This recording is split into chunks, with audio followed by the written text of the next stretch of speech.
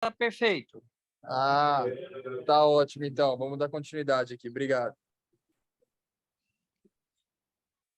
Vamos, então. Eu sou o Fernando Garrefa, sou arquiteto urbanista e agradeço muito o convite aqui da presidência do Comum, falando aqui com vocês essa noite. Eu preparei essa fala para entre 50 minutos e 1 hora apenas, já adianto, para não cansar ninguém. E também já peço desculpas, é uma palestra bastante simplória, voltada aos estudantes de arquitetura e urbanismo, basicamente, mas eu acho que ajuda a levantar bastante a bola para as discussões. Quase tudo que vocês verão aqui são coisas que vocês já ouviram inúmeras vezes.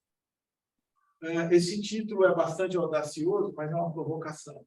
Tá? Na verdade, não há 10 lições para requalificação de centros. Deve haver muitas, mais do que 10. Mas, certamente, essas 10, elas não operam de maneira isolada. Então, às vezes, você vê uma delas acontecer em um processo de requalificação, enquanto as outras não. Isso não funciona. Elas só funcionam em conjunto, elas são sistêmicas, estão intimamente relacionadas. Ou tem um conjunto, ou não tem nada, desmorona. Tá? Mas não são lições. Okay? São princípios, observações da vida, de inúmeros estudos que eu acompanho aqui ou ali, números que podem ajudar bastante no debate. Também, acho que falo 2 vezes sobre Ribeirão Preto, aqui apenas. Só 2 vezes. Deixei para vocês fazerem a discussão de Ribeirão Preto. Só 14 anos fora, não sei o que acontece bem por aqui. Então, deixo para vocês que estão discutindo isso aqui no âmbito do humor, da sociedade. Até achei muito interessante, temos um membro do Legislativo aqui, o que eu parabenizo, é uma raridade. Lá na universidade, quando eu faço alguma palestra, não aparece ninguém, né, para ouvir. Né? Do Legislativo estava bastante apartado, então eu fico feliz com a presença do vereador aqui. Acho muito. A cidade ganha bastante. Vamos lá, vou começar, antes das 10 lições, rapidamente definindo um pouco o que é o centro, porque a gente fala aqui, a gente usa várias terminações para falar do centro, né? Qual é o centro? Nós temos lá o centro histórico, ou o tradicional, o centro principal, centro de negócios, centro de mercado, centro de compras. Já ouvi todas essas frases aí. Aqui, talvez, a gente use centro histórico, ou centro principal, já que a cidade foi se acumulando, crescendo, não há um único centro mais. Né? Basicamente, o centro histórico e o tradicional são ligados aos processos de origem do núcleo urbano. Em Ribeirão Preto, por exemplo, então, o centro histórico talvez esteja lá no núcleo colonial Antônio Prado. Mas, depois de mais de 100 anos, também há uma centralidade histórica nesse centrão, que é também o tradicional, o chamado quadrilátero. Tá? Então, ele está ligado à valorização do passado, é uma arte de acumulação, que ela vai, os edifícios vão sucedendo, né? As coisas vão mudando, vão acumulando ali, e também uma certa diversidade conflituosa, que marca todos os centros tradicionais. Os demais, o centro principal de negócios, de mercado, etc., estão associados a uma hierarquia, uma funcionalidade, uma polarização que acontece quando a cidade se expande. Então, por exemplo, em Ribeirão, a gente tem o centro aqui, dos Campos Elíseos. Nós temos uma centralidade, o vereador falou, lá no Boulevard, tem centralidade até próximo a Ribeirânia, tem centralidade, muitas outras. Tem uma porção de centralidades novas ou antigas em Ribeirão. Não tem um único centro tradicional. Né? Então, aí nós temos hierarquia, uns que têm um imã mais forte do que os outros, hierarquizam, polarizam, e também dependem fundamentalmente de fluxo, quantidade de gente passando para lá, para cá, vão definir essas centralidades. Tá? Agora, uma vez colocado isso, o termo requalificação é um termo que suscita bastante discussões. Eu também não vou esgotar essas discussões sobre a utilização dessa palavra requalificação. Mas posso dizer que há uma porção de outros termos para definir isso. Isso aqui é só um mapinha da centralidade em São Paulo, com centros e subcentros ali. Ok? Só para encerrar a discussão sobre centros, ou a diversidade, a multiplicidade de centros na cidade. Sobre requalificação. Os processos em si, nós chamaremos de intervenções urbanas. No momento em que pedaços da cidade, especialmente o centro, começa a dar sinais de degradação, de perda de função, de perda de vitalidade, perda de negócios, de população, entra em cena a palavra intervenção. Então, falamos de intervenção. Qual tipo de intervenção é o que vai sendo mudado ao longo da história? Então, nós temos lá a renovação, que é um dos primeiros a detectar. Ficou? Eu liguei para ela, mas não tem como fazer. Ficou ótimo. Nossa, que bacana. A detecção, como o próprio nome já diz, vou renovar. Tábula rasa. Não fiz nada. Espaço ao novo. Não há possibilidade de conciliação entre pré-existência e necessidade presente. Nada a conservar. Renova. Restauração tem sido utilizado mais para o edifício do que para o urbano, mas já há casos em que isso acontece.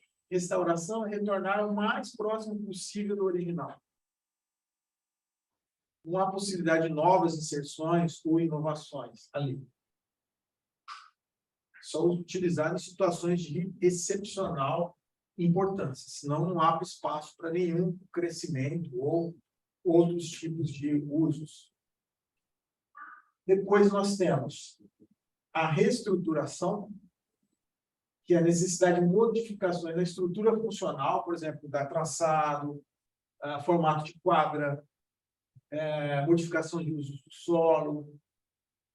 Essa palavra aparece, todas essas palavras, basicamente, vêm de discussões, começam lá no Congresso Internacional de Arquitetura Moderna, desde o primeiro CIAM, depois os congressos de restauro. Em 52 vem o Zé Luiz Sete, com a ideia de decoração da cidade. Então, cada carta dessa vai lançando novos conceitos. Então, até coloca, em 52 começa a ideia da reestruturação. Embora, como vocês vão ver na sequência, reestruturação tenha sido utilizada por Haussmann, lá em Paris, 850, por aí, à frente. Ok? Agora, vem três termos praticamente um detalhe de diferença entre eles. É a reabilitação, requalificação, revitalização. Difícil separar um do outro, são nuances esses termos. Reabilitação é quando começa ali uma ideia de que se vai associar muito a medicina, a linguagens médicas do urbanismo, é muito utilizada na medicina, reabilitação. Eu vou pegar um lugar que perdeu funcionalidade, vou lá fazer uma reabilitação, que já contempla uma coisa interessante. Estima, memória, ou seja, não é só a recuperação física do ambiente construído. Isso está lá na Carta de Lisboa, inclusive, de 95. Isso aqui já aproxima muito do conceito de requalificação. Reabilitação. Tanto é que os termos, mundo afora, eles são utilizados de maneira distinta. Não há uma hegemonia. Eu vejo revitalização, vejo requalificação, vejo reabilitação em muitos sentidos. Mas, vamos dizer que a requalificação seja bem próxima da reabilitação, nesse sentido, e a revitalização é um termo quase sinônimo dos dois, porém, com menos significação para os simbolismos. O centro para a pré-existência, para a memória, para as questões mais da dinâmica social do lugar. A revitalização é um pouco mais agressiva, digamos assim, e foi um termo que tomou corpo nos Estados Unidos bastante, uma palavra que foi bastante utilizada em inglês, dessa mesma forma, né? Revitalization. Enquanto no Brasil temos usado mais este aqui, né?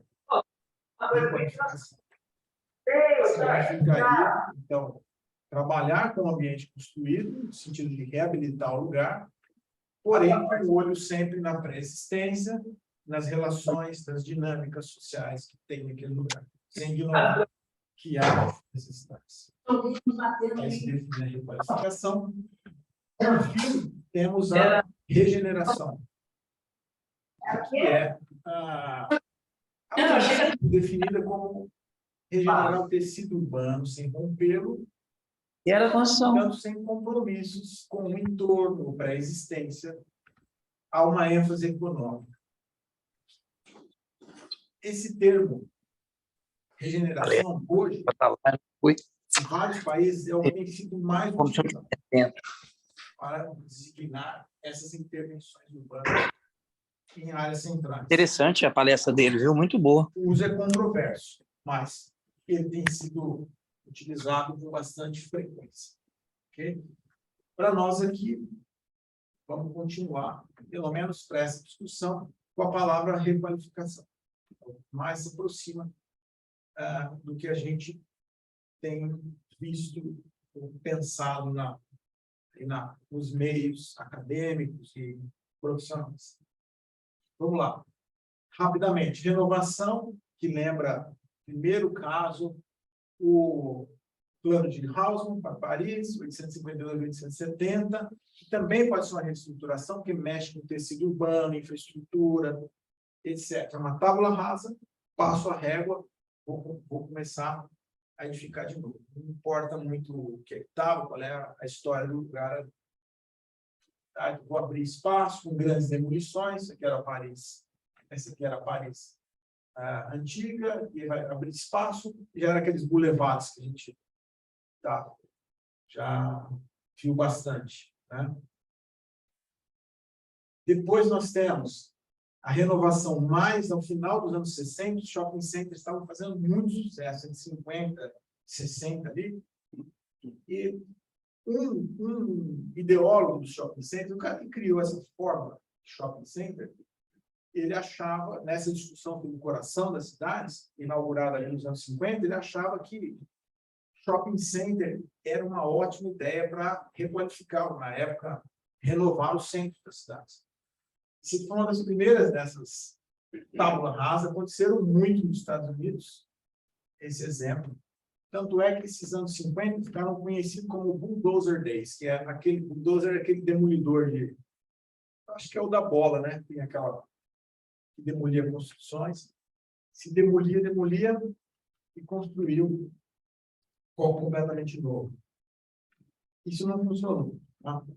Depois de um tempo, se enfrenta a enormes dificuldades, não tem pertencimento, etc. Isso é algo que não funcionou. Mas marcou um tempo que é da renovação. Depois, a regeneração, a gente vê, o primeiro modelo a utilizar esse nome começa ali em 79, Docklands, na Inglaterra, que era uma solução que se chamou de regeneração da zona portuária ali, bastante degradada, e vai se fazer um retrabalho aqui de infraestrutura, drenagem, etc., para colocar edifícios muito, muito altos ali. Até hoje recebe muitas críticas esse projeto, pela escala massacrante que ele tem e pela não observância dessa persistência histórica aí às margens do Tâmisa. Tá? Mas ele foi chamado de regeneração, esse projeto. Depois, como requalificação, nós temos lá o Leal em Paris, já na segunda requalificação. Essa é a segunda. Começaram a mexer nisso em 79, Você tinha os antigos mercados públicos de Leal, é bem central, Paris é uma centralidade muito forte. Em 79, eles construíram era um shopping center aqui, que acontecia de subsolo, deixava a praça em cima, ele acontecia no subsolo, com 5 pavimentos para baixo, e ali tinha um transporte público, um metrô, um hub enorme de trem regional e metrô nesse subsolo aí. Depois passou a ter muitas discussões ao longo do tempo, aí em 2010 eles começaram a fazer uma nova requalificação que está sendo concluída agora, que é o shopping continua aqui, mas se eles abriram essa tenda, tem uma passagem melhor, e que se liga aqui ao Centro Pompidou, que também fazia parte da requalificação de 79, 80. Isso é uma área muito viva, hoje um belo exemplo de requalificação, diversidade e tudo mais. Esse aqui é uma reabilitação da zona portuária, centro antigo de Boston. Eram 2 mercados de peixe, Quincy Market de um lado, Faneuil do outro. E então se faz esse processo de reabilitação em 74. Esse processo, ele tem como marco, eu estou colocando alguns processos marcantes. Esse aqui é muito marcante, porque ele foi a primeira vez que faz uma união, uma junção de patrimônio histórico com possibilidade de ganho econômico. É uma redescoberta de que o patrimônio histórico tinha uma contribuição econômica. Não era só uma coisa a ser lá preservada como um museu, etc. Sim, o uso, isso funciona muito bem até hoje. Tá? Estamos mais ou menos mesmo nessa foto, inclusive é recente. Depois, uma revitalização, utilizando esse termo, em Baltimore, em 1970 começa o processo, mas ela vai sendo concluída em etapas. Isso é o centro de Baltimore, a beira-mar, foi dividido em etapas e foi sendo desenvolvido. Os resultados, antes está lá embaixo, era uma zona bastante degradada, havia perda de função de habitação, os antigos armazéns de peixe, etc., que estavam degradados, foram sendo substituídos nesse processo, de uma ampla pedestrianização, mas essa escala não é muito boa. Então, hoje é um lugar que ele é vazio, assim, tem uma sensação de vazio grande, já está sendo rediscutido. Inclusive, dentro dessa mesma Bahia, está outra cidade, que foi feita ao mesmo tempo, um projeto um pouco distinto que não deu certo, que é a cidade de St. John Bay, se não me engano, é bem aqui na frente. É um caso que não foi bem sucedido aí nessa história. Ok. Vamos às 10 pretensas lições. Bem, vamos embora. Primeira delas, como eu disse, todas elas são bastante conhecidas. A primeira delas é: o centro precisa de gente morando. Vamos falar sobre densidade. Tá? Hoje nós temos, em diversos centros de cidade, uma perda populacional expressiva, demarcada pelas novas centralidades, pelo espraiamento das cidades, novos condomínios, e é um fenômeno que a gente já está vendo bastante. Tá? Porém, alguns centros vivos nos dão algumas lições. Isso aqui é Colônia, Wrocław. Isso é um conjunto de habitações grande. Você não precisa ter prédios muito altos para ter boa densidade. Porque isso aqui tem 400 habitantes por hectare. É bastante, sim. Não precisa ter tantos arranha-céus para conseguir boa densidade. Lógico, o tamanho da unidade habitacional é pequeno. Você consegue adensar sem muita altura, nesse caso. Então, tem uma boa sinergia entre habitação e outros usos. Agora, como comparação, 2 densidades. Phoenix, no Arizona, mais ou menos 30 habitantes por hectare, e Hong Kong com seus impressionantes 3.100 habitantes por hectare, líquido, tá? Quadra. Veja só, em Phoenix, eu morei um tempo aqui, quando fiz um sanduíche. E o doutorado de sanduíche, né? Que é uma parte lá na Universidade do Arizona, e basicamente é uma cidade vazia, deliciosamente gostosa para dormir.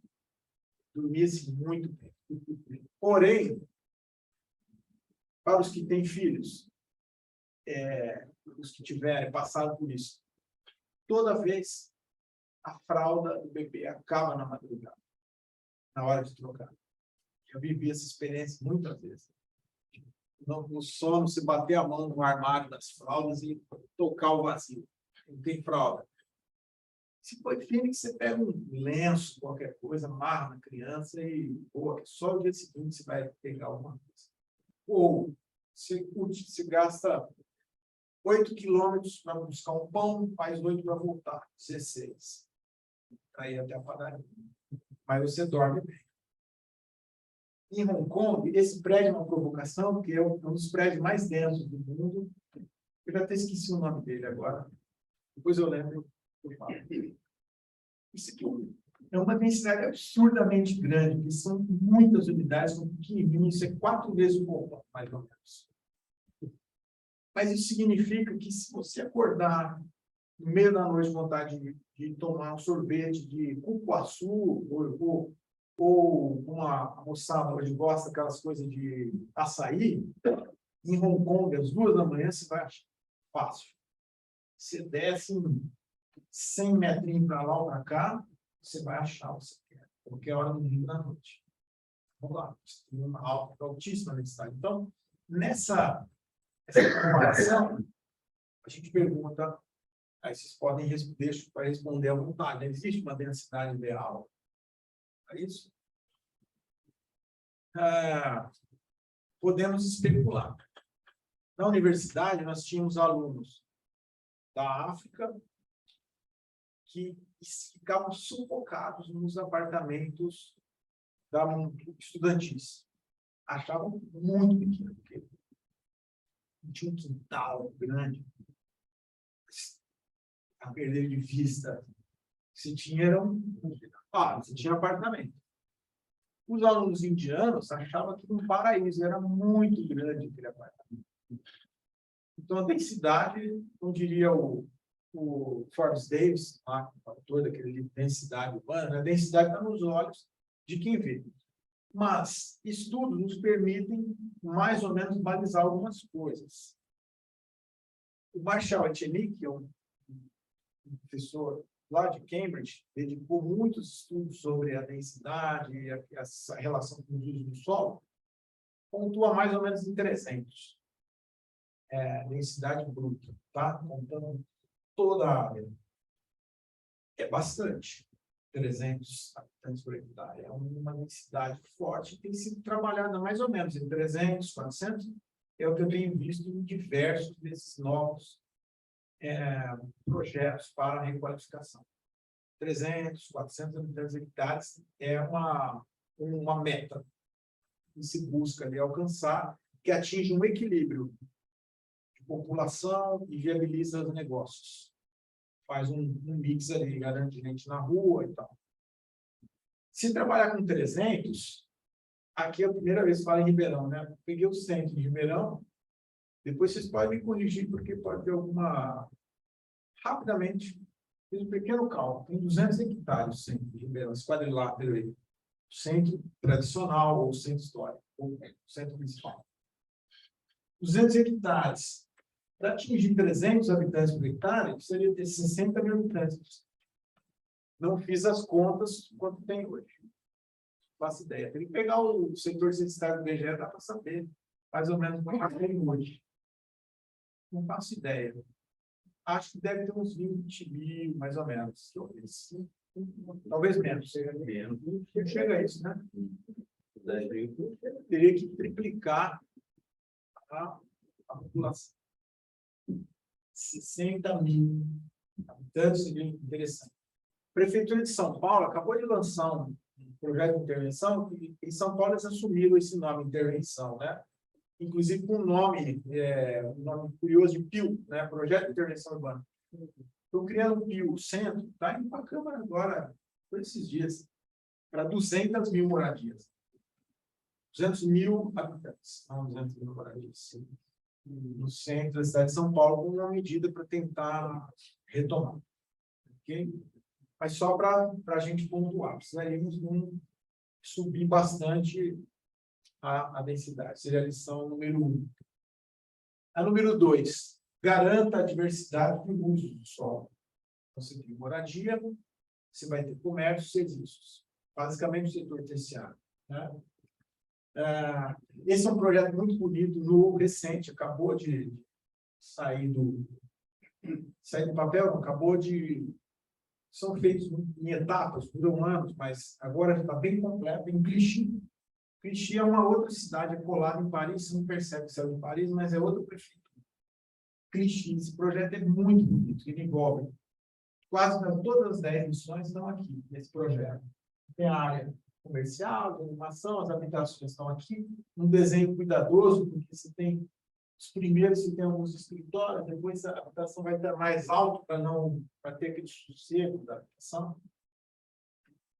Uma pedestrianização inteligente, depois a gente vai falar disso em mobilidade, ela tem uma pedestrianização inteligente e garante uma diversidade bem grande do uso do solo. Isso não garante que a pessoa que mora ali vai trabalhar ali, que é um engano tremendo quando lançam empreendimentos, empreendimento de uso misto, sustentável, mora e trabalha no lugar. Não. Difícil achar o cara que tem a renda suficiente para comprar o trabalho e a moradia naquele lugar. Ou, muitas vezes, o trabalho está em outro lugar. O trabalho é um negócio que poucas pessoas são afortunadas de escolher a localização do trabalho. O trabalho está ali, a sua qualificação, você aplica para o trabalho, te chamam. Enfim, o trabalho muda. Né? Dificilmente consegue trabalhar e morar no mesmo lugar, mas certamente a diversidade ajuda bastante nesse processo.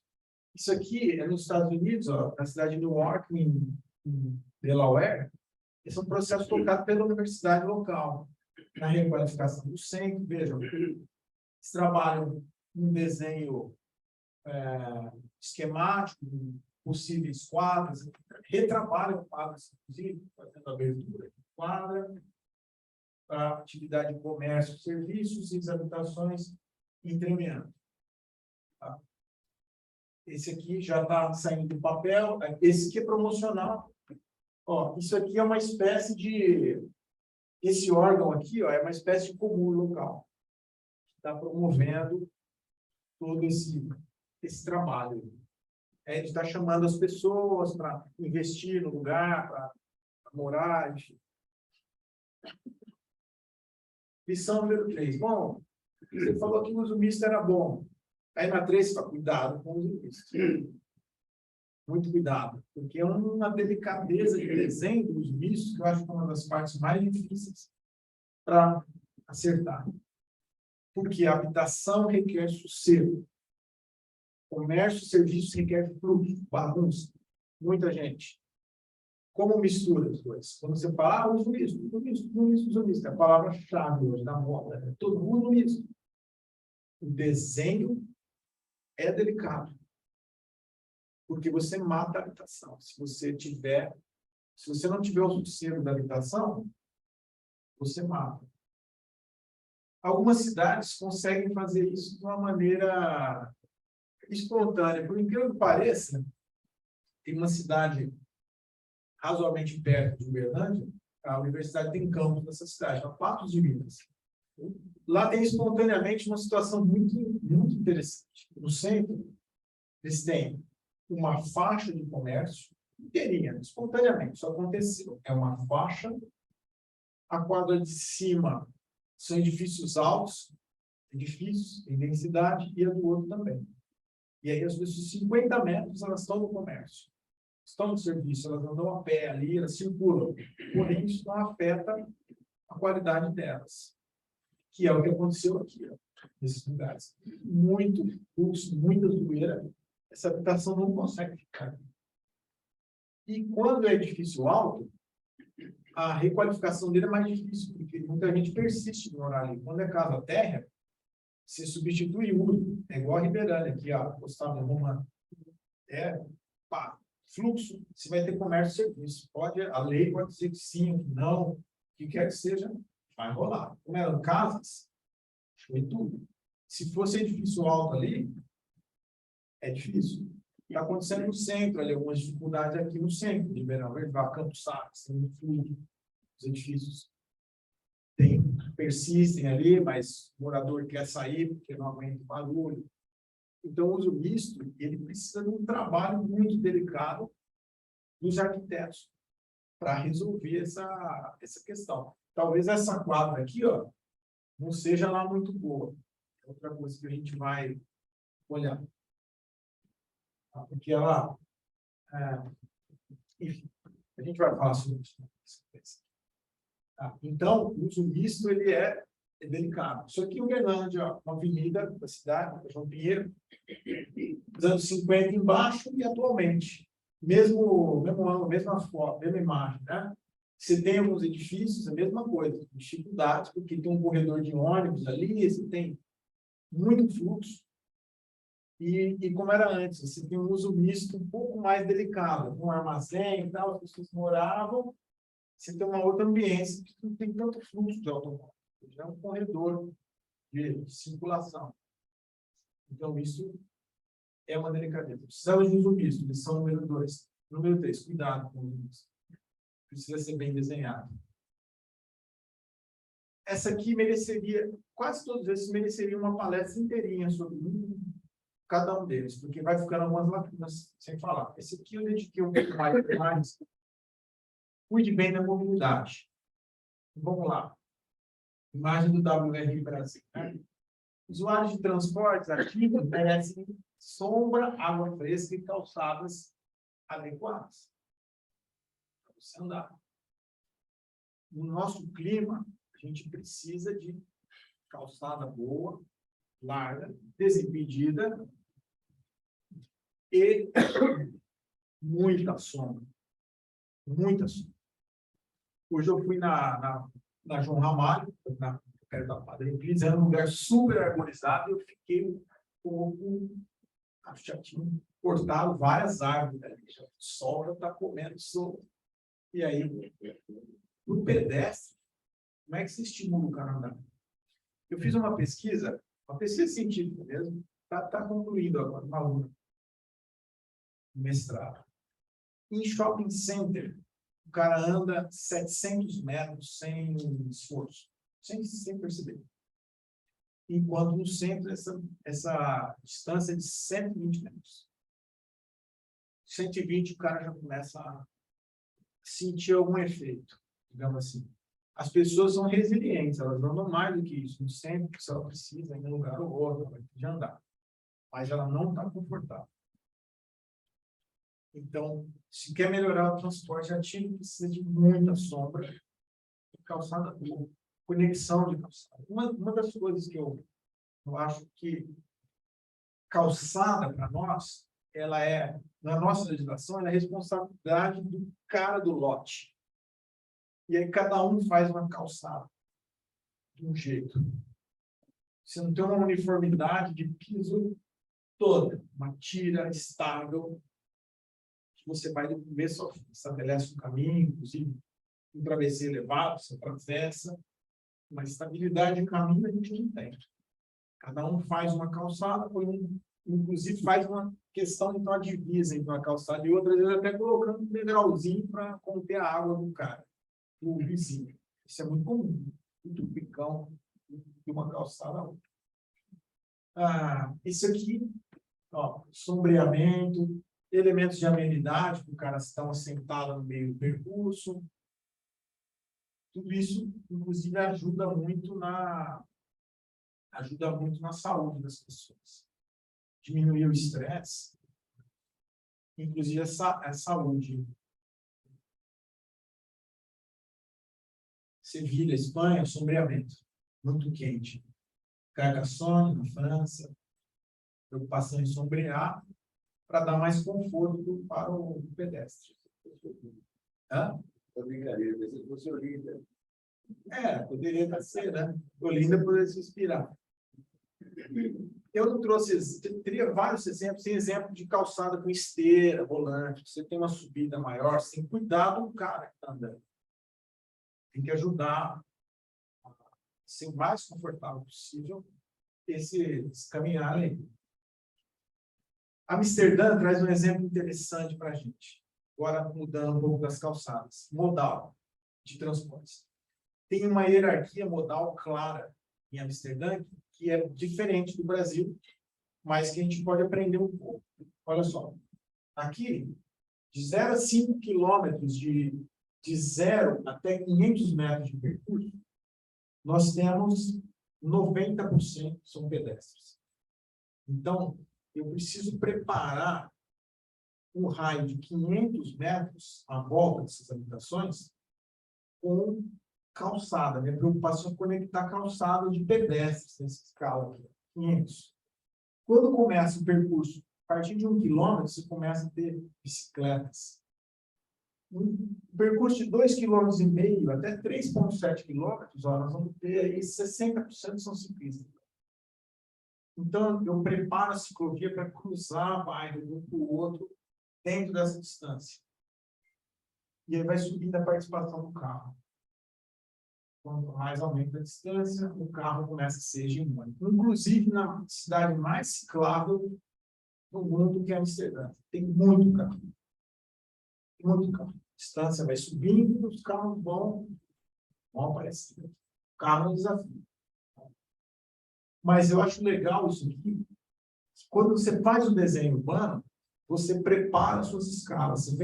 Você imagina que a ciclovia em Ribeirão Preto, você vai andar 2,5 quilômetros.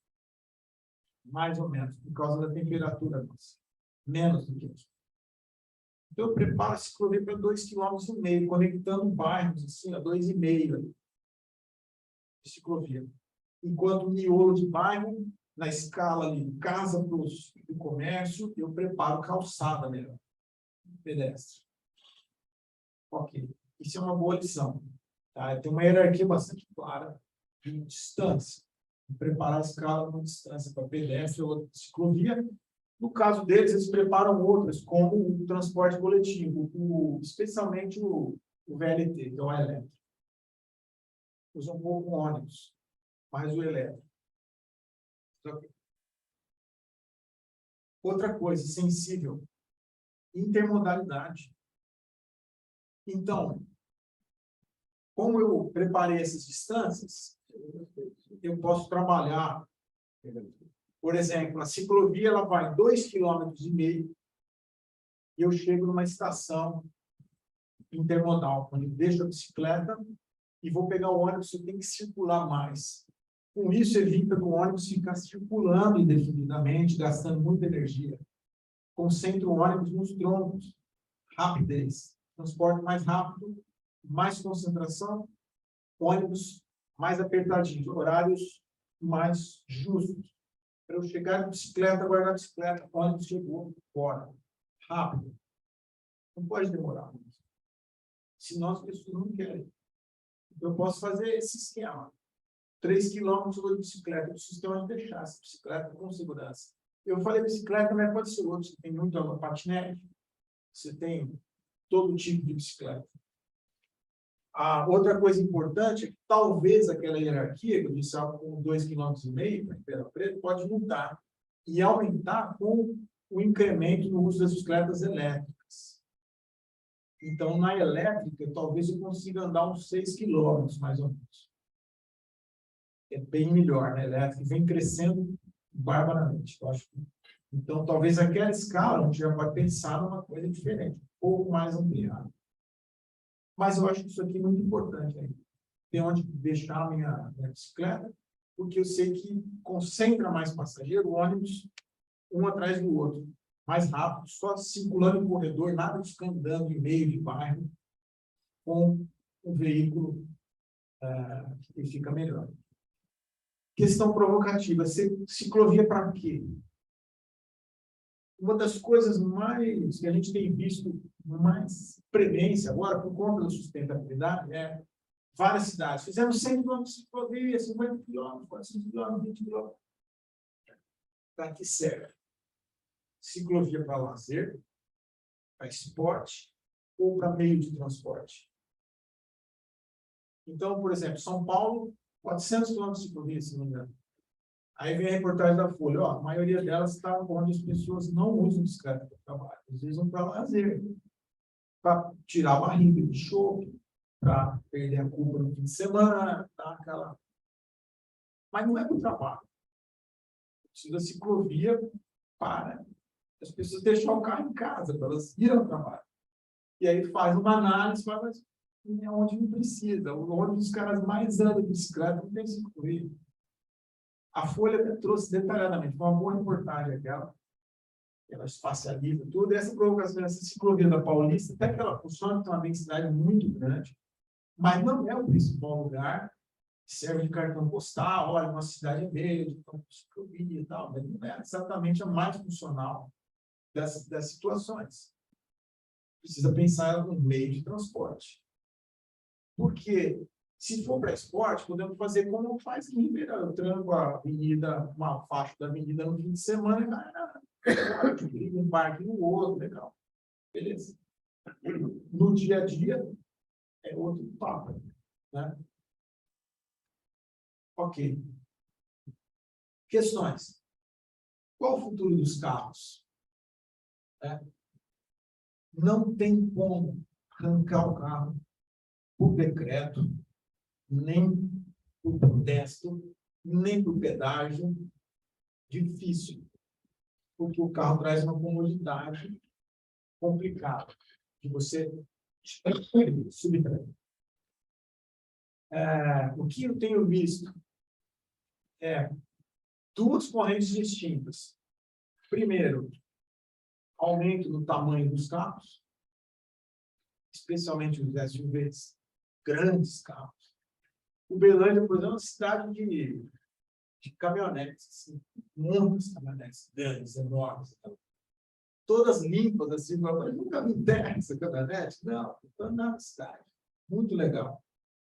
Então, temos, por um lado, esse crescimento, tamanho do automóvel, mas, por outro, em alguns lugares, a redução do tamanho e a eletrificação deles. Tá? Aqui tem alguns modelos. Esse da Renault é muito bom, já está bem difundido. Esse aqui também, tem vários lançamentos nesse sentido. E também os outros tractanas elétricas, como patinetes. Esse menorzinho para o nosso clima, pode ser até meio climatizadinho. Acho que são tendências que, inexoravelmente, vão chegar. E vão nos obrigar a readaptar as cidades, talvez diminuindo essas caixas viárias. As motos elétricas, aqui, elas estão vendendo bastante. Assim. A eletrificação vem com tudo e vem com diminuição de tamanho, porque você consegue ter mais autonomia, obviamente. Né? E o veículo menor, você pode carregar ele com você. Eu, por exemplo, na universidade, tem vários alunos com patinete elétrico. Eles levam até na sala de aula, até no corredor, os patinetes elétricos. Assim. Porque ajuda muito nesse clima, ninguém aguenta você pedalar muito, você chega muito suado para fazer suas atividades. Eu me lembro na Inglaterra, até engraçado, porque chove muito, e as pessoas iam para a faculdade de bicicleta e com as costas com um rastro de lama, assim, era uma marca do ciclista. Sempre um rastro de lama nas costas, era socialmente assim. Pode dar uma palestra com a lama nas costas, está tudo certo. É sinal que você foi de bicicleta. Era uma marca dessas questões. Isso aqui é uma provocação, exatamente isso é Londres. Londres ampliou o perímetro de pedágio no centro, só como fez mesmo, cobra caro, caramba. E as pessoas continuam de carro. Carro é um negócio arraigado. Mas eu acho que com esses veículos, você convence a pessoa. Outra questão. Qual o futuro do transporte coletivo? Eu vi o número de Ribeirão Preto, fizeram uma entrevista com o Geraldine lá, eu dei uma olhada. Em 2016, se não me engano, eram 18,5%, tá, dos usuários, o modal share, que a gente chama, né, a porcentagem de cada modal, 18,5% era ônibus. Então, essa queda tem sido expressiva em várias, porque está competindo com veículos para aplicativo. Hoje, se com três pessoas pagando uma passagem equivalente à tarifa do ônibus, você cobra uma parte boa da cidade. Você junta 3, pega o Uber, o transporte aplicativo. E você chega no lugar, é uma competição muito forte no ônibus. E as prefeituras têm tido dificuldades enormes para manter o sistema rodando dentro da mesma tarifa. O Berlândia, por exemplo, talvez deve ter acontecido em verão. As empresas pediram socorro para a prefeitura, alguns 30, 40 milhões, eles pediram, a família teve que fizeram uma lei, a Câmara aprovou para bancar um subsídio lá, porque não estavam conseguindo manter. O número de passageiros só vem caindo. Eu não tenho acesso aos números. As companhias fecham. Isso não é um dado bem público, mas vem caindo bastante. E colocam o transporte coletivo mais em xeque. No momento que a cidade de Ribeirão implementa corredores de ônibus. Agora, eu vi alguns aí pela cidade. Não é uma crítica, só um detalhe. A gente está implantando um corredor de ônibus. Talvez, se fizer esse esquema, se você adensar o corredor, colocar umas estações bem legais nos corredores, onde você possa colocar bicicleta, você conecta, se correr ali, acho que rola mesmo. Aí você vai conseguir ganhar tempo, otimizar a viagem, você acha que ganha passageiro. 5. A mobilidade não é só a arte de melhorar os deslocamentos. Também é a possibilidade de morar em qualquer lugar da cidade. Essa mobilidade territorial, ela é uma das principais condições para combater o processo de gentrificação em processo de requalificação de cidades. Se eu consigo trazer moradia bem localizada, eu quebro os processos de gentrificação, especialmente por meio do aluguel social. Isso aqui é um mapa muito legal da cidade de Viamão, no Rio Grande do Sul, que mostra preço de terra na cidade, mais alto ou mais baixo. Quando você bate o olho nesse mapa, você pega a sua renda e, dependendo da sua renda, se você tiver uma renda muito baixa, você vai morar só no verde escuro. Então, sua mobilidade é zero. Você pode aqui e ali. Se você tiver uma renda compatível com o vermelho, você está livre para a cidade toda. Então, isso é uma mobilidade também.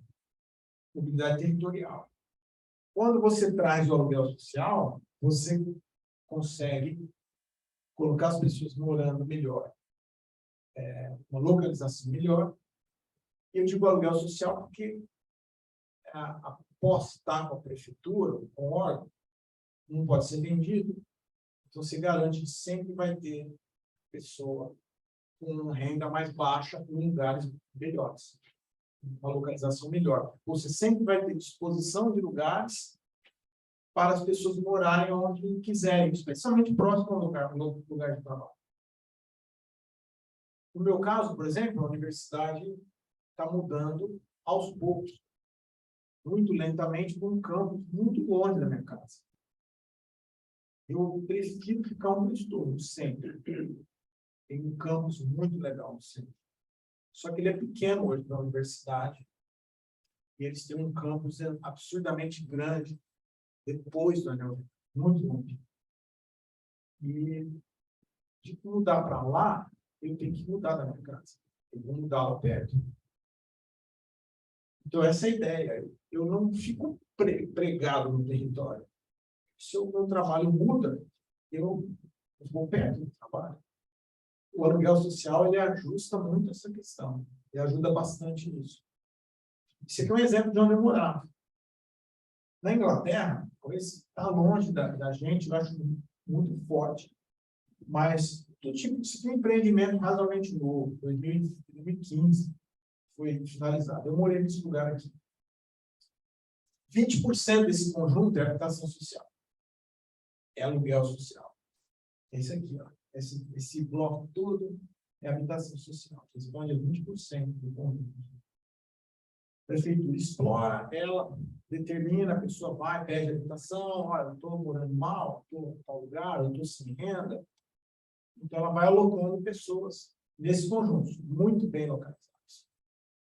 Muito bem. A pessoa mora, vai morar melhor. Isso aqui, o empreendedor doou 20%. Ele fez contrapartida. 20%, coisa pra caramba. Exato, mas é uma realidade de contrapartida. É isso aqui. Esse conjunto. Esse lugar, você tem, desde a classe alta, você tem, basicamente, por número de dormitórios. 4 dormitórios num carro muito rico, 3 dormitórios razoavelmente, 2 depois você tem o social. Você não convive várias rendas diferentes, você está vivendo no mesmo lugar. O social paga aluguel social, as demais foram vendidas às unidades. 6. Atenção à pré-existência. A cidade é uma arte de acumulação. Né? Isso não precisaria nem dizer. Aqui tem o Pedro II, primeiramente, depois tem o Hotel Brasil, né? E o entendimento lá, já é longo esse entendimento, né? O patrimônio agrega valor. Muito. À terra, ao lugar. E aí, uma das questões que eu deixo para o pessoal do patrimônio, que discute muito isso, é o que restaurar? Ao desde o original. O que reabilitar? Com alterações? Mais ou menos padrão Vina Bobardi, por exemplo, ou Francisco Ferraz. Tem umas intervenções super bonitas, polêmicas até para o pessoal do patrimônio, mas enfim. O que reabilitar e o que demolir também. Porque nem tudo precisa ser preservado ou consegue ficar ali preservado. A coisa não há uma tem significação específica. Né? Esse é um estudo interessante, já deve ter bastante aqui no Ribeirão, que é sempre alto, objeto de estudo, essas questões, mas identificar o que eu posso demolir, o que eu reabilito, aquilo que eu, de fato, restauro, é uma significação muito importante. 7. Aprender sobre as dinâmicas do terciário. Nós não aprendemos na faculdade de urbanismo. Não faz parte dos nossos currículos em geral.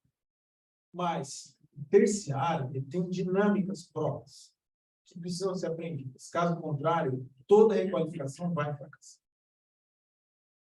Você tem que saber como funciona as leis invisíveis, digamos assim, desses. Isso aqui é um shopping center de comércio. Tá? Esses são de fluxo. Por exemplo, a Ribeirânia, o projeto da Ribeirânia, o centro comercial dela fica lá no meio do parque, no miolo. Nunca nada deu certo, tá? Porque não tem fluxo. Em compensação, a avenida, que poderia ser comercial, foi pensada como casa. Agora, na marra, virou comércio. Porque é uma lógica natural. Você tem fluxo. Fluxo é bom para o comércio. Dificilmente, quando a gente vê no loteamento, por exemplo, você consegue acertar, se você não tiver um bom estudo, acertar qual é o fluxo, onde vai o comércio, serviço. Muitas vezes você determina uma área e não vai acontecer. Em verdade, a gente tem um caso emblemático, sim. Então, um loteamento, época Minha Casa Minha Vida, fizeram um miolo. Casa Verde e Amarela.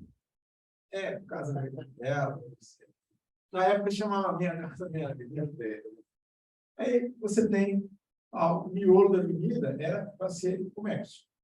Em compensação, abaixo disso estão as habitações, é proibido o comércio estritamente residencial. O que aconteceu? 10 anos depois, a avenida, que ela não liga nada, lugar nenhum, ela está deserta, e as casas estão cheias de comércio, a todo lado. Então, essa é uma lógica que precisa ser compreendida, senão há vários espaços que ficam mortos. Você acha que vai comércio ficam mortos.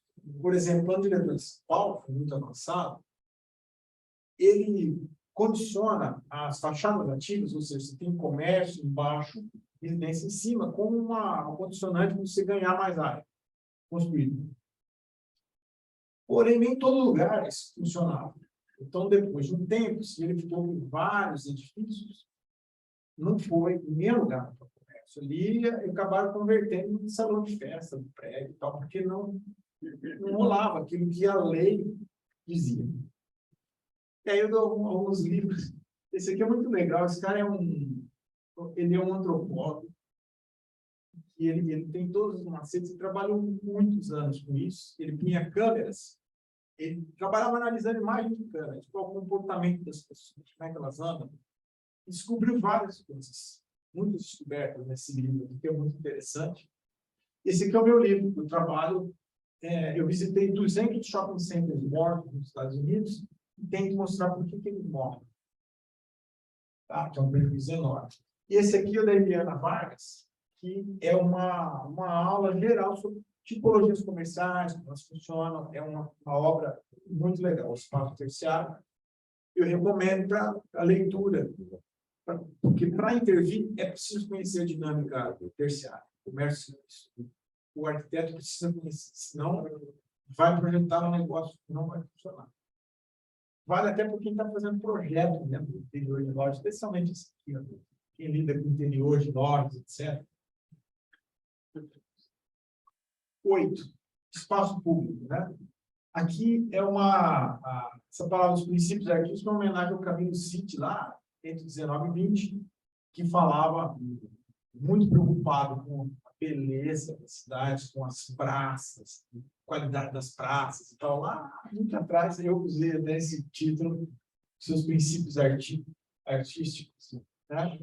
Mas, basicamente, esse material é muito interessante, porque ele 4 atributos a serem pensados para os espaços públicos, que é tudo que sobra após as edificações. Tá? Sociabilidade, possibilidade de sociabilidade, uso de atividades, conforto, estético, imagem. O lugar tem que ser bonito, a cidade tem que ser bela, bonita. Isso muda o astral e a vida das pessoas. Isso já há muitas pesquisas nessa área. Acessos e conexões. Então, 4 atributos para pensar no projeto do espaço público. Aqui alguns exemplos. Ó. Pequenos lugares. Tratamento de cada cantinho do espaço público. Guangzhou, na China. Aqui em Portugal, uma vila, agora me fugiu o nome, bem interessante. Esse aqui no Canadá. E esse aqui no Brooklyn. O Brooklyn é até muito interessante, porque ele é itinerante. Eles identificaram que, mais ou menos entre meio-dia e 2 da tarde, o fluxo nessa rua era pequeno, as pessoas estavam almoçando do trabalho. Então, eles resolveram fazer uma intervenção itinerante. Então, chega a hora do almoço, eles estendem esse tapetão aqui por umas plantas, tem um palquinho de madeira, da onde está sendo tirada a foto, e a banda local vem, toca, e as pessoas pegam, vários já estão por aqui, fica 2 horas da tarde, limpa tudo, o trânsito volta a fluir. Mas isso não é na marra, é uma observação do cotidiano que torna possível fazer esses arranjos. Essa aqui foi considerada a melhor praça do mundo. Piazza del Campo, Siena, na Itália.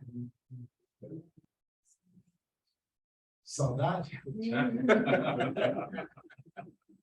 Numa votação entre arquitetos, gente da cidade, foi eleita a melhor praça do mundo. Assim, mas o clima ajuda a fazer. As pessoas precisam de um calor, né? Sol, é o contrário da nossa, mas vamos dizer que isso é espaço vivo, olha só. Interessante. né? Tem a beleza, a estética, de vez em quando tem música.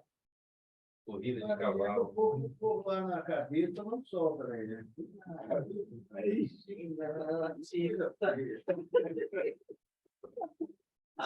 a estética, ela é relativa. Não, mas as pessoas estão confortáveis. As pessoas estão confortáveis, tá? Aí você pega uma praça de vinho, senta. Senta, tem música. Isso aí, se você sentar aqui e tiver alguém cantando um Puccini, uma ópera e tal, você chega até a chorar. Vai tocar Brunello de Montalcino e tal. Ok, tudo bem. Mas tudo isso é a paisagem gustativa, paisagem sonora. Faz parte do ambiente. Você tem que ter música na rua, você tem que ter o cheiro. Tudo isso faz parte. O shopping center, por exemplo, você entra, eles começam a desenvolver certas fragrâncias, as marcas que vão marcar o seu... marcam o lugar. O centro deveria fazer isso, recorrer a esses artifícios também. 9. Conhecer para propor. Então, hoje, a gente está diante, eu estava até brincando hoje de manhã com o Geraldinho, dizendo, puxa, nós mapeamos esse Campos Elíseos inteiro, quando nós éramos alunos, a gente usava um papel, o mapa da prefeitura, o Lodifort trabalhava lá, ele arrumava os mapas de escala, de 5.000 e tal. Aí, a gente andava com esses coisas dobradas, o Campos Elíseos inteirinho, marcando casa, o comércio e tal. Fizemos não sei quantas vezes. Então, eu estava lembrando disso, eu estava começando a rir, marcando. Enfim, aí, hoje, as coisas foram mudando e a gente tem mais tecnologia, podemos conhecer melhor. Eu até brinco que a diferença é a seguinte: se você quebrar um braço, se estiver numa aldeia indígena, o médico ele dá uma palpada e fala, você quebrou aqui. Qual é a chance dele engessar todo o seu braço? Realmente grande. Agora, se tiver uma ressonância magnética, ele olha até se teve uma ruptura em algum tendão, um músculo, certo? Então, a chance dele reabilitar é melhor. Nós precisamos de dados. Mais dados, e agora a gente consegue com essas tecnologias. A gente está engatinhando, mas a coisa está evoluindo. Uma das coisas que eu fui fazer na Inglaterra, quando fiz o pós-doc lá, exatamente buscar emergir nessas tecnologias para dados urbanos, né? Grandes dados. Então, nós temos, por exemplo, essa aqui é uma ponte em Amsterdã, que ela foi construída impressa em 3D, ela foi impressa, essa ponte. Ela é de stainless, é o inox, é de aço inox. Ela foi impressa, só com uma outra coisa, ela é inteirinha sensorizada. Então, nessa ponte, eles sabem qual o peso das pessoas, percentual de gordura corporal, velocidade que eles atravessam a ponte, se é homem, se é mulher, quem está atravessando. Sim. Essa ponte fica no Red Light District. Tem muito curso aqui. Eles sensorizaram ela todinha. Ela dá dados em tempo real das pessoas. Eles não querem saber por que o homem anda mais para a direita, a mulher mais para a esquerda. Isso ajuda em projeto a entender todas essas dinâmicas. E esse é um projeto piloto que eles estão querendo sensorizar a cidade inteira. É uma parceria com a Bentley, se não me engano, aquela que faz softwares. Eles vão, a partir do piloto, vão sensorizar a cidade toda.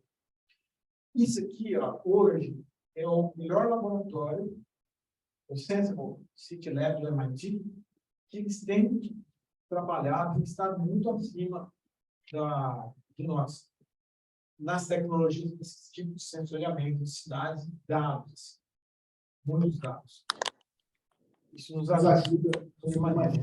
Ficou um trabalho que eu fiz, bem interessante, um trabalho ambiental, com o piloto. Isso aqui é o campo da universidade. E eu fiz. A gente pegou todos os aparelhos de Wi-Fi do campus, eles vão dando o número de pessoas conectadas próximos a ele. Então, a gente pegou um volume de dados durante uma semana, cada 5 minutos. Ele me dava em cada ponto do campus quantas pessoas estavam ali.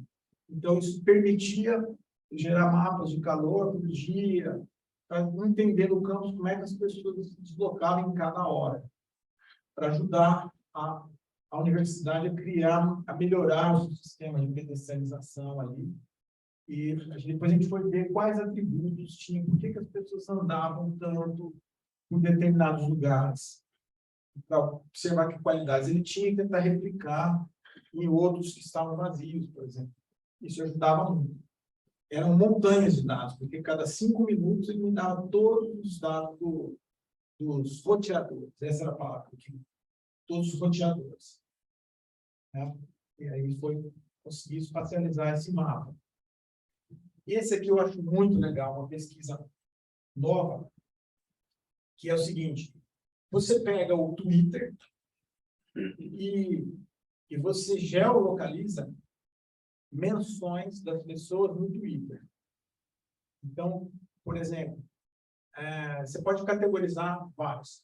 Palavras felizes, palavras tristes, de contrariedade. E ver de onde elas vêm. Com isso, ajudou eles a bolarem percepções, eles perceberem quais bairros na cidade de Bristol tinham mais percepções negativas, usando o Twitter. O outro, percepções positivas. São milhões de palavras. É um software que vai filtrando palavras-chave e vai pingando no território de onde elas vêm, de onde você postou aquelas palavras. Isso ajuda muito a gestão, por exemplo, saber onde as pessoas estão mais felizes, onde elas estão mais tristes, onde precisa intervir mais ou menos. Isso é uma parceria com o Twitter, porque o Twitter tem que abrir uma chave para você poder entrar. E aqui a gente fala de privacidade. Esse é um grande problema dos dados. Essa era uma empresa lá de Cambridge, nasceu de professores psicólogos e cientistas da computação. Desenvolveram um negócio que eu chamo de método 350-200, que é mais ou menos assim. Se eu olhar o seu Facebook, com 3 likes eu te conheço. Com 50 likes eu te conheço melhor que o seu parceiro. Com 200 likes eu te conheço melhor que você. Eu sei, consigo antever o seu movimento. Isso era fantástico. Porém, tem problemas éticos sérios envolvidos. Primeiro que, aparentemente, era uma parceria com o Facebook, permitindo eles entrarem no seu Facebook privado. Porque muitos de nós fecham o Facebook só para os amigos. Outros estejam abertos, mas eles conseguiram, só de brasileiros, são 80 milhões de contas que eles conseguiram acesso para os algoritmos fazerem essa filtragem. Com isso, eles usaram em campanha política. Aí gerou todo aquele escândalo, porque quando você filtra esse método aqui, ó, permite que o Facebook da Ruth caiba uma propaganda exatamente com o que ela está pensando. Ela vai adorar o candidato. E esse candidato pode falar até o contrário para essa garota aqui. Exatamente o que ela está pensando em ouvir. Isso é uma questão ética. Talvez já tenha acontecido com vocês o seguinte: essa é uma segunda geração de análises. A primeira é o que nós chamamos de metadados. Por exemplo, eu entro na internet e pesquiso passagem para São Paulo. Aí, ok, você começa a receber hotéis em São Paulo, lugares em São Paulo. Ok, isso é a moda antiga, que é baseada em metadados. Cookies, né, a gente chama. Cookies. Que agora, com a lei de proteção de dados, todos os websites vão te falar, pode acessar os cookies, ok. Que é para dizer, olha, vou coletar os dados da sua navegação. Beleza. Isso é uma coisa. Agora, enquanto você não pesquisou nada, você está pensando em ir para São Paulo, você abre o computador e dá passagem para São Paulo. Já aconteceu isso? Isso é o algoritmo já pegando você no Facebook, vai te analisar um ano, tudo automático. E aí ele vai tentar acertar o máximo. Já te joga uma passagem para São Paulo, você fica até assustado. Você não aprende nada. Você nem está pensando nisso, já vai. Às vezes mas é que ele vê os seus padrões, ele vai analisando os seus padrões, ele acha que você. Enfim. Mas, apesar da questão ética, é uma coisa interessante. Tenho um projeto que está abortado por hora, por questões, essas mesmas questões, que é, com a operadora de telefonia, pegar os fluxos da cidade toda em tempo real. Porque o celular, mesmo que você não dê a localização, a antena consegue te triangular. Então, estava bem maduro já essa parceria, e quando estourou esse escândalo, teve um retorno para trás por conta da questão ética. Embora não são dados massivos, eu não consigo identificar que é a Ruth, o Geraldinho, o Lanchote. É um maço são milhões de informações que chegam, eu conseguiria ver em tempo real para onde as pessoas estão indo ou voltando. É uma coisa importantíssima para o planejamento. A gente consegue fazer pesquisa origem e destino domiciliar, eu nem sei. Em Uberlândia faz 25 anos a última vez. Aqui em Ribeirão não sei quando fez a última. Isso é fundamental planejar transporte. Sabe? Todas as pessoas vão aí. Faz 10. Nossa, faz 10 e vai fazer uma agora. Porque assim, é caro pra caramba fazer. Você faz isso. O Estado de São Paulo usou isso aí na pandemia. Teve uma polêmica, exatamente esse problema, e usou. Quem está em casa, não está em casa. Sabia a taxa de isolamento pelos celulares. Isso é fantástico, planejar o transporte. É real, você vai acompanhando. Por fim, cansando muito o tempo de vocês, como é que pode viabilizar, né, essa requalificação? Por que não dá certo em todo lugar, é difícil, etc. Porque a conjunção dessas 10 coisas dificilmente encaixa com as outras. Por exemplo, começa aqui, é preciso mobilização e acompanhamento. É um pouco do que esse órgão comum tem feito. Né? Precisa aumentar a mobilização e o acompanhamento, e a transparência. Depois, parcerias público-privadas são fundamentais. O Estado não tem como abarcar o volume de recursos necessário para esse tipo de operação. Porém, isso é feito no Brasil, com o Estatuto da Cidade, operação urbana associada, isso está fácil. Porém, tem um detalhe. A contrapartida tem que ser precisa. Tem que ter um projeto definido. Projeto bem definido, bem feito, desenho. Por exemplo, quando eu olho, eu não sei se vocês leram ou estudaram Operação Faria Lima, São Paulo, associado, era muito difícil.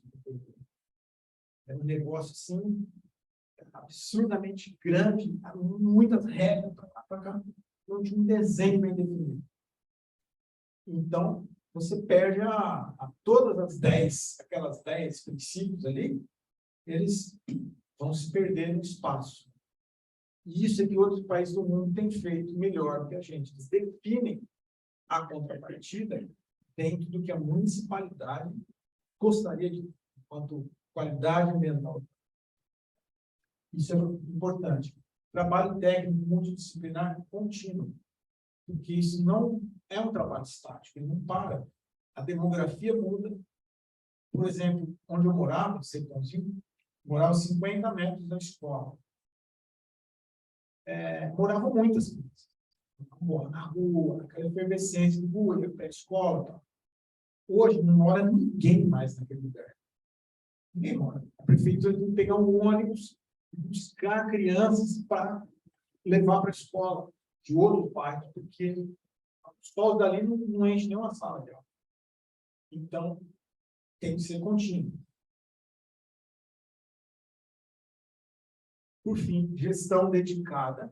Gestão dedicada não no sentido gestão exclusiva para cada uma daquelas operações, formação de conselho de gestão, diversidade dos atores, porque, como é dinâmico, tem de ficar acompanhando o tempo todo, porque as dinâmicas mudam a demografia vai mudando. E você tem que ir fazendo ajustes a partir do acompanhamento. Esse aqui é um lugar que usou essas 10 medidas, ficou pronto agora. Tem coisas a serem feitas ainda aqui. É recente. King's Cross, perto da estação de King's Cross, atrás. Então, um lugar com cerca de 400 habitantes hectares, colocaram ali densidade, mas com todas essas lições. Diversidade de usos, a mobilidade, o respeito ao patrimônio, a pré-existência que já existia ali, que é do período fabril inglês, hub de transportes, tudo acontecendo. Isso aqui é o Master Plan, é uma parceria público-privada completa, mas é a municipalidade que dita o desenho daquilo que ela quer. Então, o lugar chama os parceiros, entrega a viabilidade econômica para eles. Isso é uma condição, tem de existir, tem de ter a troca econômica para que a prefeitura são ganha-ganha, de fato. Mas, olha, você tem definição de master plan. Esse projeto aqui, mais ou menos, deve ter 10 master plan diferentes. A prefeitura, ela contratava, alunos faziam master plan para essa área, durante anos. Alunos faziam master plan, a prefeitura mandava a gente para ver esse master plan, como é que era, até que consegue se chegar num definitivo de uma empresa AECOM, chama a empresa que fez, enfim, o master plan, muitas audiências, discussões, demora, o projeto vai maturando, e aí solta de uma vez, chama os parceiros. Então, você tem aí aluguel social, você tem altíssima renda, renda média, diversidade cultural, diversidade de uso, tudo no mesmo espaço. Então, você tem o patrimônio rolando aqui. Isso aqui era os caras tiveram a ideia de reaproveitar gasóleo.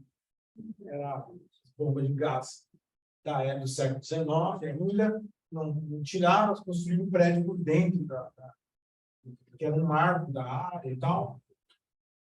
Isso é uma área extremamente viva, muito transporte, e não tiraram o carro daqui dentro. Não tiraram. O carro não, circulei. Só que fecharam a caixa, diminuíram a caixa, tornaram o pavimento rugoso, então o carro ele anda desconfortável, mas ele consegue passar e cruza aí. Não tiraram completamente. Mas a pedestrianização, acessibilidade é fantástica. Muito bem. Obrigado pelo tempo.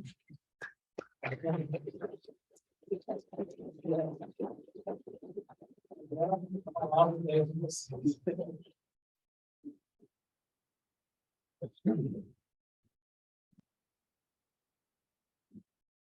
Obrigado, professor Fernando. Excelente, acho que um momento interessante para a gente pensar aqui a nossa cidade, né? Como é que a gente pode partir dessas lições, tentar transportar para a nossa realidade aqui, né? Local aqui do centro de Ribeirão, que vai passar em breve por um plano específico, então logo nós tivemos aí aprovada a lei, e eu acredito que com certeza pode ajudar aqui a nossa reflexão. Queria abrir para perguntas. Os colegas que estão assistindo em casa, quiserem enviar também mensagens por aí, a gente consegue capturar aqui pelo chat e perguntar. Alguém gostaria de fazer uma pergunta para o professor Fernando? Tiago, por favor.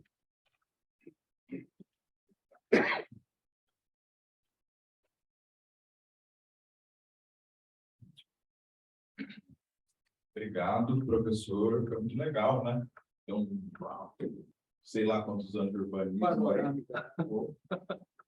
Bom, só para... Estou até insistindo demais com aqueles doidos, né? Na revisão da lei de parcelamento que está acontecendo, a gente coloca esses critérios urbanísticos e é uma disputa pela cidade, a gente vê todo esse processo, né, de lei, de revisão. Eu queria colocar quais são as importâncias, especialmente dessas peças legais, né? Que vai entrar a lei de parcelamento agora aqui, e eles estão propondo, o Lanchotte pode falar melhor, leis que virão depois que vão regulamentar a PAR. São planejamentos assim, regionais, com essas características.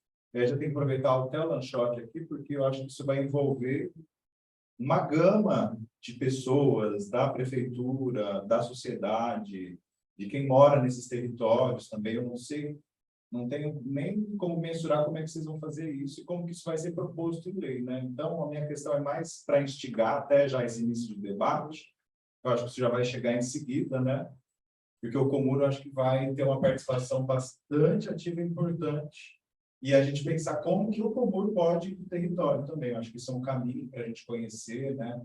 Só para falar, eu vim a perto da City Ribeirão para cá, dá uns 7, 8 quilômetros. E é assustador estar em Ribeirão Preto. É um negócio que eu tenho medo. Não é só. Parece que o pessoal faz assim, esse cara vai atravessar, agora eu mato ele, né? Porque é ativa, mas é quase uma coisa de louco. E o Brasil é um pouco diferente da Europa, logo essas experiências. O Brasil tem uma desigualdade social impressionante, né? Então, eu até brinco que meu ônibus lá da City Ribeirão, eu sou o único homem branco, que só tem empregadas domésticas negras. Então, talvez essa questão do carro, né, tenha uma ligação cultural, mas também é do país que a gente mora, né? Obrigado. Então, agora que estão pensando em discutir isso, fazer lei, eu diria assim, o que eu pude observar, os melhores casos de sucesso, eles nascem invertidos. É o que se chama de top-down, né? Primeiro você desenha, projeta, tem ideias, etc. Depois você faz a lei caber naquele negócio. Em geral, a gente parte da lei. A gente não parte do primeiro o que nós queremos fazer. Qual é a ideia? Qual é o negócio? Depois eu faço a lei servir para aquilo ali. É o contrário, né? Por exemplo, nós não podemos ocupar calçada aqui. Eu acho que o edifício, nesse clima quente, nossa, se a gente tiver essa loja, que é aquele edifício, ele entra até o fim da calçada e você deixa uma circulação coberta, a lei nossa não permite. Mas seria uma situação muito agradável para o nosso clima. Só para dar um exemplo, assim, como a lei não acompanha o raciocínio das ideias. A lei é difícil discutir, a letra da lei, sem o desenho. Está discutindo. Ele ficou no short, quer dizer, ele ficou no Batista falar.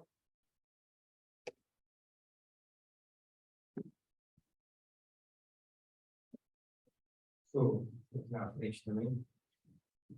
Fernando, parabéns. Eu gostei muito da sua fala. Eu não sei como é que você está com saudade de sair com o mapa na rua fazendo fundo, né? Não, eu não estou com saudade. Tá bom, porque hoje fica muito mais fácil. Fico imaginando, né? Todos os levantamentos, aqueles mapas dobrados, pintando os dólares. Depois pintar o nome. E depois pintar o nome. O Thiago colocou aqui uma situação, só para te contextualizar, nessa lei de parcelamento de ocupação de solo, já de longa data a gente vem discutindo trabalhar a cidade como células. Né? No início, quando a gente começou isso alguns anos atrás, ainda nós nem estávamos pensando em rever o plano diretor, a Secretaria de Planejamento já tinha esse olhar de células, a gente não sabia onde ia parar, mas a gente fazia alguns estudos. Esse é um quadrilátero, né? Era a única célula que a gente discutia, às vezes trazia aqui para os campos elíseos, muitas vezes a gente leva para a universidade, já que a gente tem essa perna na universidade, vocês mesmos fizeram muitos estudos nessa região. Isso avançou, né? E agora, nessa lei de parcelamento de ocupação de solo, nós dividimos, né, a cidade em grandes células que nós estamos chamando de unidade de ocupação planejada. Essa ideia, então, é isso que o Thiago está mencionando. Fizemos umas divisões e, dentro dessas unidades, há realidades específicas, né, que nós estamos planejando fazer planos, né, de ação regional, semelhante ao PIB. Semelhante ao PIB. Tá? A gente trouxe essa discussão, porque a gente conheceu o que se fazia no Pio e a gente trouxe uma discussão localizada. As unidades de ocupação planejada, uma greve para você ter uma ideia, que é a central, né, que é a maior delas, ela pega o Quadrilátero, Vila Tibério, Campos Elíseos, Jardim Paulista e São Luís. Essa grande unidade de ocupação planejada deve ter mais ou menos 4 ou 5 PAC, né, que seriam os planos. Tá? E nesses planos, sim, a nossa ideia é fazer desenhos, né, dessas regiões, e a partir desses desenhos que se desejam para aquelas regiões, respeitando, né, as características que elas já têm e outras que a gente acha que dá para incentivar, e esse material que você coloca, que imaginando assim, milhões de situações que poderíamos trabalhar, é a questão de densidade, é a questão, né, da verticalização, do pertencimento, de áreas de uso misto, essa preocupação que você fala, né, do cuidado com isso, em que momento até que ele pode, a discussão da mobilidade, a permeabilidade, tá? E a gente já deixou colocado nessa lei incentivos que se deseja trabalhar, né? Houve algumas críticas, porque os incentivos eram mencionados, mas não se fechava a conta. Por quê? Porque nós queríamos ter esse espaço de olhar isso separadamente. Tá? E por que serão leis posteriores? Porque, na verdade, a partir do reconhecimento dessas células que nós desejamos, dessas unidades de ocupação planejada, vai nos permitir rever todas as decisões da tomada de parcelamento, porque eu posso começar a trabalhar com algumas intervenções e até com as modificações desse parâmetro. Uma grande preocupação sempre foi, né? A questão do índice máximo, né, do coeficiente máximo que a gente poderia aproveitar, para que a gente pudesse ter um intervalo, né, de incentivar para você aumenta onde você deseja, você reduz onde você não deseja, baseado nessa tentativa de densidade, né? O Batista me mandou uma mensagem aqui, a gente estava conversando sobre, né, uma reportagem que saiu recentemente, que a gente tem discutido isso hoje. Os campos, a gente saiu hoje? Os Campos Elíseos, a Vila Tibério, são locais que estão ficando, né, bairros de pessoas mais idosas. Isso que você falou, né, da escola, nós constatamos isso no Dom Luiz do Maravilhosinho. As crianças vêm de tudo quanto é lugar, mesmo os Campos Elíseos. É o lugar mais saudável. Então, o que acontece? As pessoas, elas ficam vulneráveis, porque são presas fáceis, né, para malandragem. As pessoas não saem na rua. Nós temos uma ausência de equipamentos, né, que poderiam fazer essa multa. Esse estudo a gente vai trabalhar. Então, eu queria, né, aproveitar esse gancho desse histórico, que é o que a gente está planejando, mas isso para nós vai ter que ser lei, porque eu vou ter que mexer nos índices posteriormente. Tá? Esses estudos que você fez, né, você encontrou algum local que a legislação tenha vindo ou ficou somente com um estudo de desenho urbano?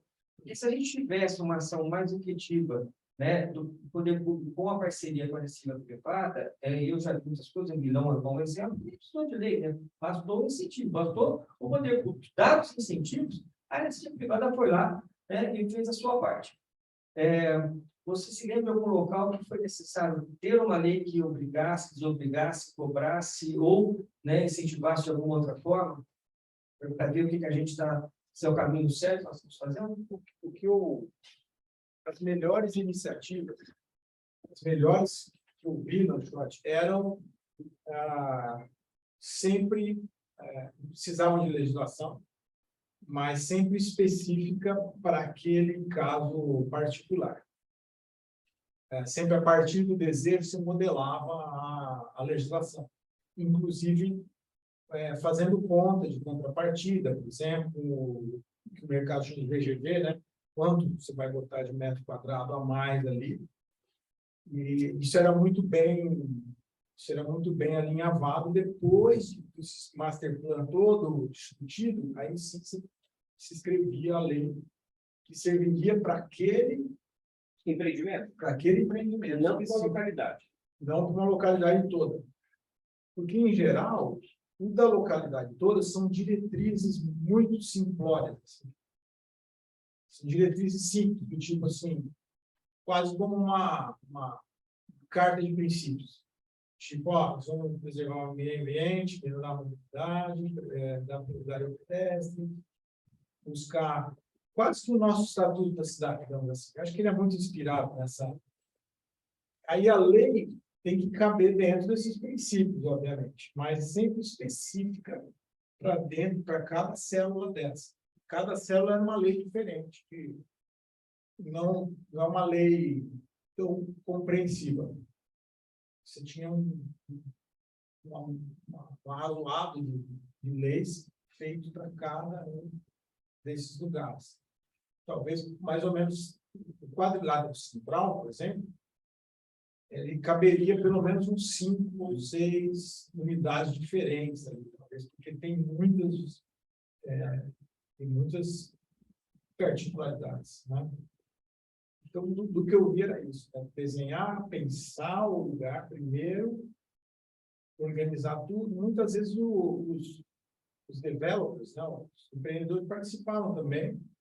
Obviamente, se tem conflito de interesses, faz parte da política, né? Se tem interesses distintos ali, todo mundo participava daquele bolo. Muitas audiências públicas demoravam muito tempo. Inclusive, era uma das coisas que se reclamavam por tempo, que a maturação desses projetos durava. Quando chegava a um consenso, a coisa andava mais rápido, andava por alinhavado, e aí ia para a Câmara Municipal, com a lei pronta, se aprovava rapidamente, já tinha dado. E aí se começava. O que eu acho que acontecia, a especificidade era muito grande em relação ao cara podia fazer ou não. Praticamente ele recebia uma gaiola, assim, uma caixa. Ele tem que trabalhar dentro desse princípio aqui do master plan. O arquiteto final, que pegava cada edifício, por exemplo, tinha que trabalhar numa linha bem específica que já estava pré-aprovada, pré-determinada ali. Mas acho que o caminho que vocês estão bolando não é diferente, não. Acho que é isso. Estou pensando em várias unidades ali. Primeiro, parabenizar o Fernando pela palestra, iniciativa de trazer o Fernando aqui. E é muito bacana, né? Eu agora no iniciativo, e vindo da área jurídica, eu começar a trabalhar com leis urbanísticas, porque eu sempre trabalhei com lei, especialmente na aplicabilidade da lei do direito, e no direito a lei é um pouco diferente, é uma norma hipotética, às vezes permissiva, às vezes proibitiva, e eu tenho conversado bastante agora, e é um campo que eu tenho gostado demais. Nessa área urbanística, é tudo muito relativo. Quando eu falei da Piazza del Campo, lá em Siena, realmente é maravilhosa a praça. Mas você pega, às vezes, um ambientalista, e a pergunta que eu fiz foi uma provocação.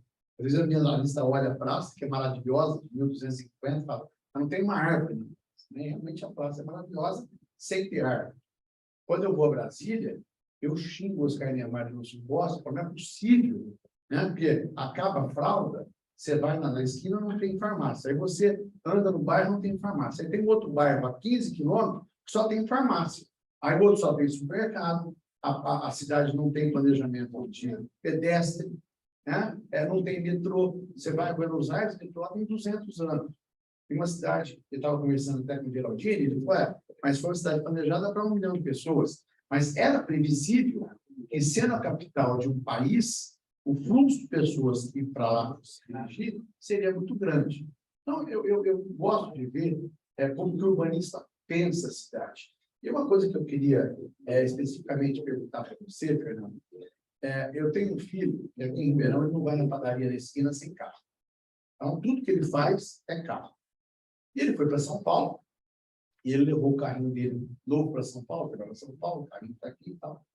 Daí 2 meses ele voltou e falou, pai, em São Paulo não dá para ter carro. Não dá para ter carro, porque estacionamento é carro, não tem mobilidade, essas coisas todas, devolveu o carro. Até que ponto a lei influencia o comportamento ou é o comportamento que influencia a lei? Se nós formos fazer, por exemplo, um bairro, e dizer, olha, aqui nós vamos vocacionar o bairro para um novo morador, que vai ser um morador de mais idade ou mais jovem, ele não vai ter carro, então vamos exigir número de garagem por habitação. isso vai estar dispensado. E a gente vai planejar um bairro, vamos legislar para que aquele bairro seja assim. E, de repente, não está na cabeça daquela pessoa que vai morar lá, e ele vai para lá com o carro e não vai ter garagem. Então, até que ponto a lei influencia o comportamento, ou, nesse caso urbanístico, é o comportamento que tem que influenciar a lei. Você viu aquela coisa dos dados ali?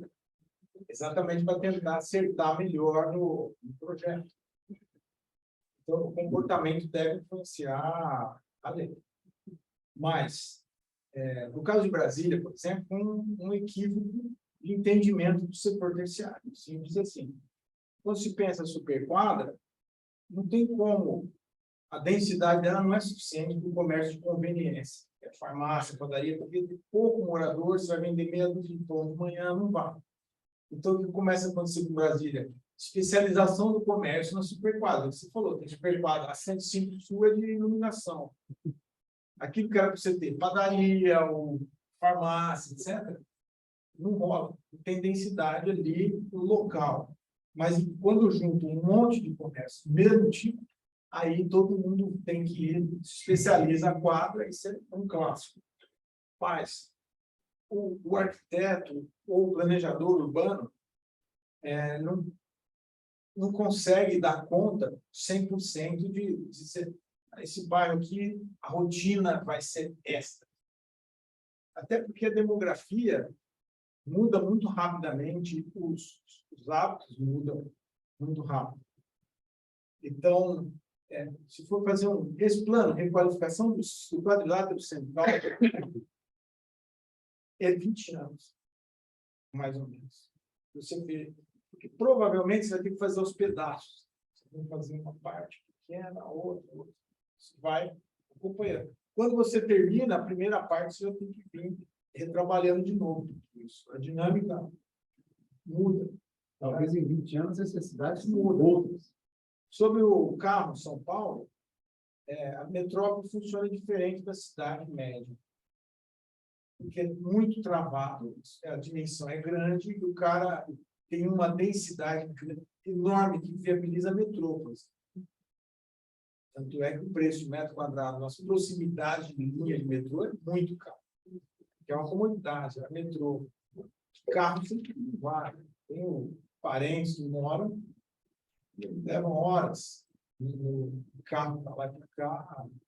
É diferente de Ribeirão Preto, por exemplo, você, com toda a dificuldade de trânsito, você ainda percorre a cidade de carro para cá, razoável. Se comparado a São Paulo, é muito fácil. Você consegue almoçar em casa, né? O paulistano não tem. Isso é diferente. São Paulo, essas metrópoles, você vai ter muito transporte coletivo. O desafio está nas cidades médias. Ribeirão Preto não é mais uma cidade média, né? O geógrafo é uma cidade grande já, mas ainda tem características de cidade média. Isso vai demorar um tempo. Mas, respondendo a pergunta primordial, é o comportamento que leva à lei. A lei, você tem um comportamento, você tem que influenciar melhor o comportamento também, depois você vem acompanhando. Às vezes a lei ajuda a mudar o comportamento, mas especificamente no desenho urbano, é mais complicado você tentar somente com o desenho ou arquitetura mudar o comportamento. Você vai a conta gotas. O carro é um exemplo disso. A dificuldade de retirar carro é um exemplo.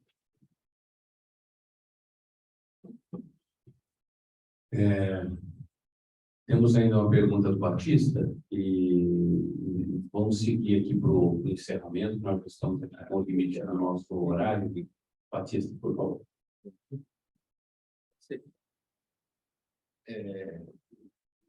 Eu observo Ribeirão Preto desde 83. E às vezes a gente faz alguma crítica assim.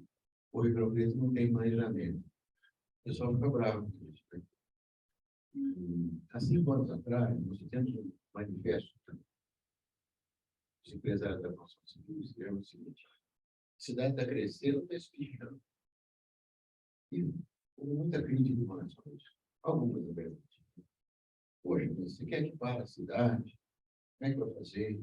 Ela tinha uma certa forçada para pensar, pelo menos um pouco. Isso faz 5 anos. Você falou que 20 para fazer, então assim, pensando, 5 desse governo. Estou pensando aqui, estou pensando. Então, é um negócio muito longo mesmo.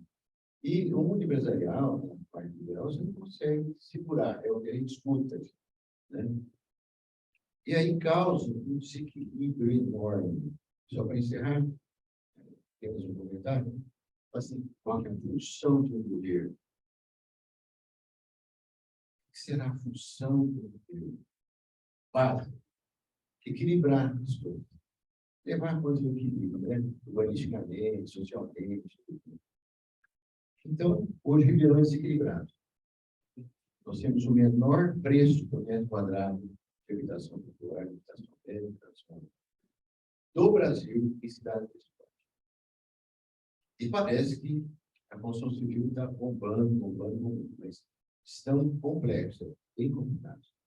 A habitação popular, então, nem se fala. É um desequilíbrio. O lote é um grande desequilíbrio. Tá, um grande desequilíbrio. Então, eu estou dizendo isso porque a gente sempre critica o seguinte: aliado a isso, nós não temos essa linguagem que falava, que o falou, a prefeitura com os órgãos do Estado, essas passagens para a rodovia, que foi passagem do entorno da avenida, tudo aconteceu em 15 anos aí, máximo, está aí tudo torto já, tudo complicado. Um período muito pequeno. Então, Jorge, o governo tem o dever, isso, de convencer a própria prefeitura, executiva, tem que ter uma equipe que pensa assim.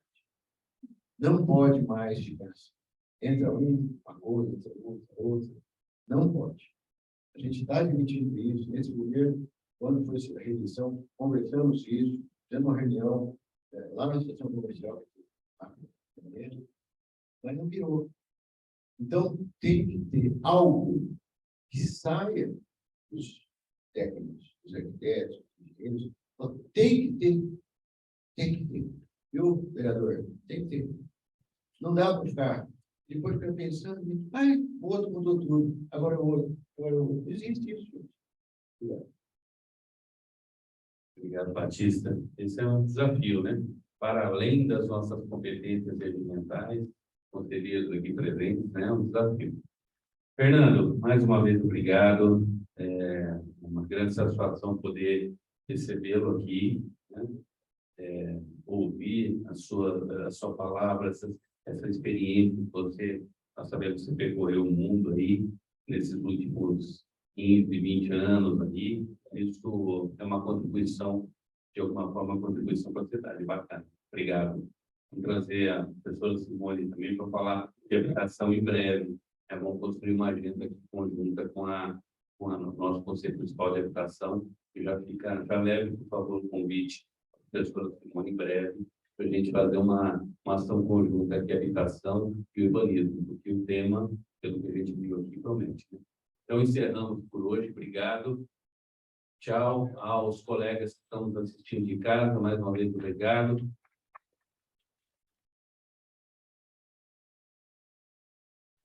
Queria agradecer aqui a você. Por favor, leve ao presidente Dorival o nosso agradecimento aqui pelo espaço. Obrigado. Em nome da Associação Comercial, também gostaria de agradecer a todos que estiveram aqui presentes. É uma honra para a gente poder sediar as reuniões do Comur. Sempre que possível, a Associação Comercial está aberta. E mais uma vez, obrigado a todos por terem vindo. Boa noite. Professor.